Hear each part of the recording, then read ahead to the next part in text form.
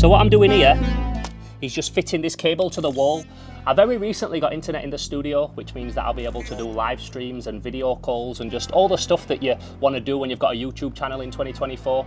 But what I'm going to do in today's episode is just give you a bit of an update on the channel. Got a few things on my mind right now that I want to talk about, and I might go on and it might sound like a load of ramble, but hopefully a little bit of it will at least make a bit of sense. So yeah, I'm going to get this finished and then we'll go inside the studio and I'll tell you everything that I've got going on right now.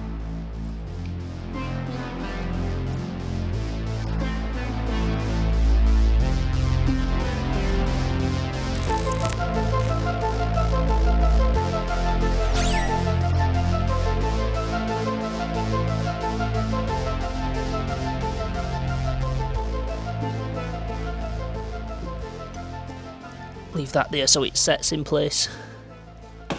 So when I first started this channel, like many years ago now, it feels like a long time ago, I used to upload all different types of content. But over the past few years, when I really started to take this channel seriously and try and work out YouTube more than I did before, because when I had it before, I just used to upload whenever I felt like it. There would be months and months between uploads, and I would just do whatever I wanted to at the time, talk a little bit about my movie, do some interviews and stuff. But over the past couple of years, I decided to weigh heavily in on the toy content, because whenever I dropped a toy video, they're always the videos that got the best response. And then like 2.5 years ago, I decided, you know what, from now on, I'm gonna upload every single week and I'm gonna concentrate more on the toy content than ever before. And since then, my channel's grown and gone from strength to strength. So whether I were doing a toy hunting video or a toy review video or going to a convention and reviewing it and trying to cover the toys that were there, that always seemed to get a good response. And I've got to a point now where I know that like any video I drop in a certain genre is going to do well. Like some toys I know are more niche than others, but I know if I do a toy line that's popular, it's always going to be a video that gets a good response. I know that if I go to the NEC and do a toy hunt, that's always going to be a video that gets good numbers. I know that. I never go to the NEC and film them toy fairs and think,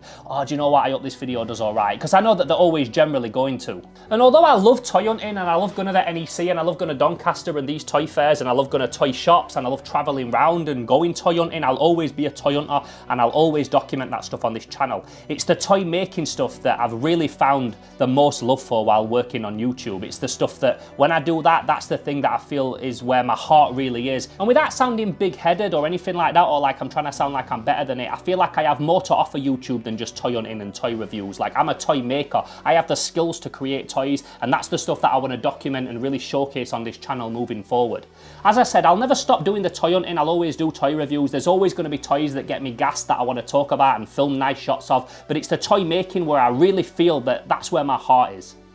But the thing is, the toy making stuff is like a whole different genre. So when I was doing toy stuff before, I was doing toy hunting and toy reviews. They're like tried and tested formats. Now granted, it's a very niche subject as it is, but there are people that go toy hunting, there are people that do toy reviews, there is a community for it, whether you think I'm part of that or not. There is a community of this already going on. And if you were going to go to YouTube and you were going to start doing toy reviews or toy hunting, you already know the kind of numbers that you're going to get when you get to that level where you're like one of the top guys doing it. But if we're talking about toy making, there's not that much of a community on YouTube for it, if any. Do you know what I mean? It's not like a big genre on YouTube. So if you were going to come to YouTube and you was going to say, do you know what, I'm going to be a toy maker, there's not many people that you can look to aspire to or to look to and think, yeah, do you know what, I want to get to that level. And you got to think about it, if you're doing toy hunting and toy reviews, specifically of vintage toys and then specifically very specific lines, that's also like a niche bracket that you're putting yourself in. But then if you take that and then you say, okay, now I'm making toys and toys in a very vintage style, like you're putting yourself in such a niche little small area of YouTube. So yeah, I've got to a point now where I'm thinking like, I want to do it. There's nothing else in this world I want to do more. I've just got to learn to navigate the best way to push that now to a new audience. And also like, it's very easy to think like, where do I go from here?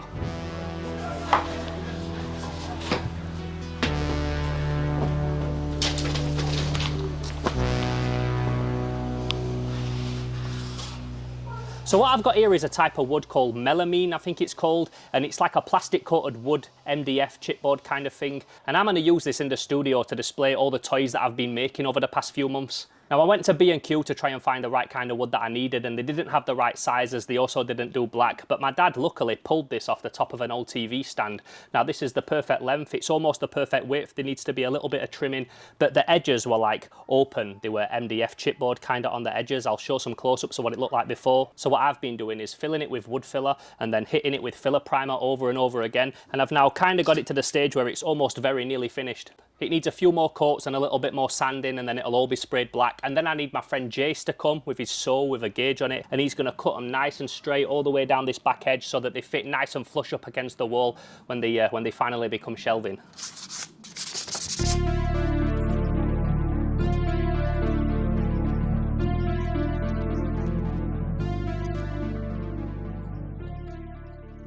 Now, as I was saying, like, if you were going to come to YouTube and you thought, for example, I'm going to set up a Warhammer channel, even though it's a very oversaturated subject, there's lots of channels that cover Warhammer, which means that there's lots of people searching for it, and there's audiences there that watch that stuff.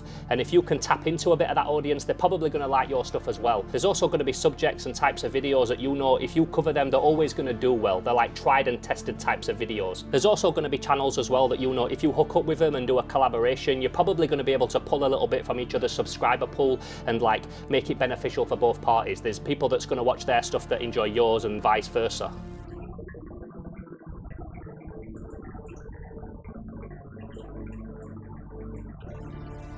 And like similarly to when me and Retro Ghetto do a video together, although he's hunting games and I'm hunting toys, we probably still have similar subscribers, so we can go out together, we can do a hunt together, we can share subscribers and probably get a few from each other. But when it comes to the toy making stuff, I just don't really have that. So they're both just about done. Very nearly.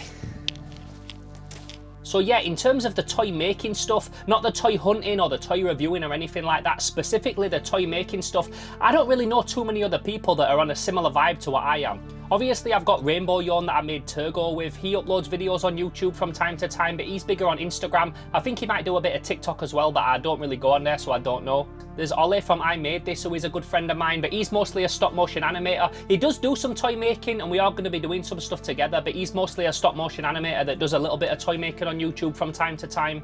There's Craftsman Steady Crafting, who is a good friend of mine, and he's killing it. He's doing toy making. He's making his own Sofubi at home. In fact, he's still like my favourite YouTuber. Anytime he puts a video out, I instantly drop everything and I just watch that, because yeah, he's still my favourite guy making videos on YouTube. And again, like I just said about Rainbow Yarn, I know a lot of people on Instagram that are making retro style toys on there, Playmate style figures and some really amazing stuff. People that are my friends, just some people that I follow and that kind of thing. But they're not making YouTube videos, they're not making content. That stuff that's all pretty much on Instagram. They're not people on YouTube that I could hook up with and collaborate with and do videos with on YouTube, or like even like check out what they're doing or anything. Like they're not people that are building communities on YouTube. That's all Instagram stuff. And I do obviously see people on YouTube like sculpting and doing big maquettes and sculptures and painting them and that kind of thing. Really, really talented people, but again, not action figures. And pretty much the only stuff I see on YouTube that's action figure related is people doing customs, like getting Marvel Legends and G.I. Joe Classified and repainting them and 3D printing little modular parts for them and that kind of thing. But that's like customizing toys that already exist and kit bashing and that kind of thing.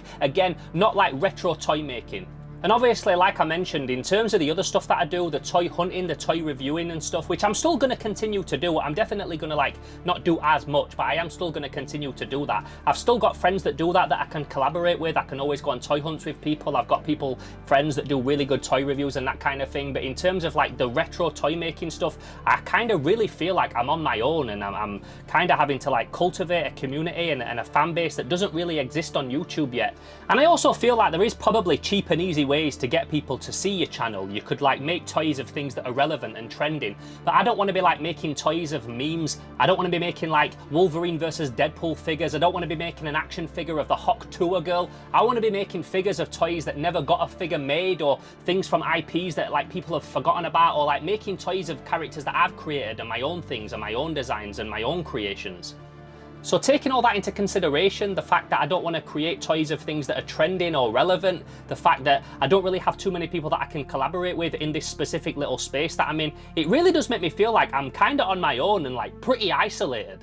Something else to think about as well is that the kind of content that I make when I do my toy making videos specifically is that it's not very accessible content. When it comes to filming toy hunts and toy fairs, like anybody can go to them, anybody can go hunting at a toy fair. When it comes to toy reviews, anybody can in theory buy those toys and review them, and me reviewing them usually makes people want to go out and buy them. But when it comes to the toy making videos in particular, that's a very specific thing that not many people can do. Also, when you start doing like toy making and making anything, you kind of like enter that crafting territory of YouTube, which is very big. I've got some friends in the crafting community, as you know, that are like huge in that. But if you watch like a Bill making stuff video, he basically creates everything out of stuff that anybody can kind of find. He likes to use a lot of stuff that you would just find in your recycle bin, a lot of household items and stuff. He purposely does it that way so that anybody can try and make it. And obviously I know that end results will differ. I know that if I use the exact same things to make the thing that Bill making stuff makes, it's not going to look as good. Like, he's an absolute genius. What he makes is flawless in my opinion. But you know what I mean? Like, in theory, if you've got the same stuff, then you can make something that's similar to it, or even you can try and make it. The stuff that he makes it from is still like stuff that people have access to. But if you watch one of my toy making videos, that's not something that just anybody can do. They're not very accessible. Like, in order to do that, you'd have to learn how to 3D sculpt. You'd need an iPad. You'd need to be able to know how to do a 3D sculpt and then get that onto a 3D printer. You'd then need a 3D printer. You need to know how they work. Then you'd need to know how to print, and then after you need an airbrush and all this kind of stuff, and that's something that like not everybody can do. So my content is the kind of thing that you just sit back and enjoy it for what it is, but not necessarily content that you would ever watch and think, yeah, I'm gonna do that. I'm gonna try that tomorrow. And I understand that that content is still huge on YouTube. Like, look at Colin Furze, he built an entire series of like mine caverns underneath his house. Not everybody could do that. I could never do that, but I still love watching it. So again, it's just something else to consider, something else to think about that makes my videos very different to everybody else that I'm around. And I'm also not trying to say that I'm some kind of like video pioneer or anything like that. I understand there is other people doing stuff on YouTube that's probably a bit similar to mine. Like, feel free to let me know in the comments below if you know anybody that does videos remotely like mine. I'd love to see them. But the fact that I've not seen them means that there probably isn't very many. And I suppose in the long run, although that's like daunting and does put me in a space where I feel a little bit on my own, it can only like in the long run be a good thing. Like, if you're the only person that's doing that thing that you do, then that can only be a good thing. That can only be something that puts you in a position where you're like, yeah, like what I'm doing is very unique, which maybe makes it special. I don't know. And also, I don't want anyone to think that I'm complaining, because I'm not. Like, I'm just verbalizing how I'm feeling right now to my people who watch my YouTube and my subscribers. Like, I understand that I don't want to do trending things. I don't want to make toys that are even remotely similar to any of the toys that are popular now, like the Mythic Legions and the G.I. Joe Classified and the Marvel Legends and all that kind of thing. I want to like really exist in my own space. So all this is like, it's my own fault. I'm the one that chose to do things this way. So it's me that's making something that isn't like the normal stuff that you see on YouTube. I'm making things in a particular way. I'm making like toys of characters that I've either invented or came from things that nobody remembers anymore. So yeah, it's all my own fault. It's all my own doing. And as much as that's like daunting and I don't know where it's going to take me or anything like that, it's also kind of exciting. And the fact that I don't know anyone else that's doing anything like me means that I don't know like what the end game is. I don't know what the end goal is. I don't know where it's going to end up or anything like that. I'm just like taking every day as it comes, and regardless of how I've come across in this video, I'm enjoying every single minute of this and everything that I'm doing right now. I really am. So what I've got here is a bunch of casting equipment. Now, I've had this for about a year and a half, 2 years. I bought it all cheap off my friend Booty, but I have not actually touched any of it since I acquired it. So I've got a compressor, I've got a pressure pot, I've got a vacuum. So in terms of what's next with Slimehouse TV, I just want to go hard with the toy making. I want to really push this. I'm still going to be doing the toy hunting, like I said. I'm still going to be doing toy reviews and toy talks and that kind of thing and discussion topics. But the main thing that I want to be pushing here now is the toy creation. And whether that's me 3D sculpting something on my iPad and just printing it out and painting it up and making a prototype for a figure that never existed before, or if that's me actually casting toys in resin Turgo style, that's really what I want to be doing, and I'm going to be doing a lot of that moving forward, right here in the Slimehouse studio. I mentioned this a little bit in the Toxic Crusaders video that I just dropped, but at the minute I'm learning how to do all the toy casting myself, and I'm filming a big video documenting all that. That's something that's going to take me like a month or so to put together, so in the interim, in the meantime, I'm doing more chilled out talking head videos like this, and yeah, just like talking about things to do with the channel, and then also other toy discussion topics that you want to hear me talk about. As I just mentioned, recently I did the Toxic Crusaders one, and that was me talking about what I think is the best ever like one-shot toy line, the single best like single release toy line ever. But if you've got any good ideas for discussion topics that you think would be cool for us to talk about here on the channel while I'm learning the toy making and doing these more chilled toy talk episodes, then please feel free to let me know down in the comments below, because yeah, if I see one and it inspires me, I usually always want to make a video about it.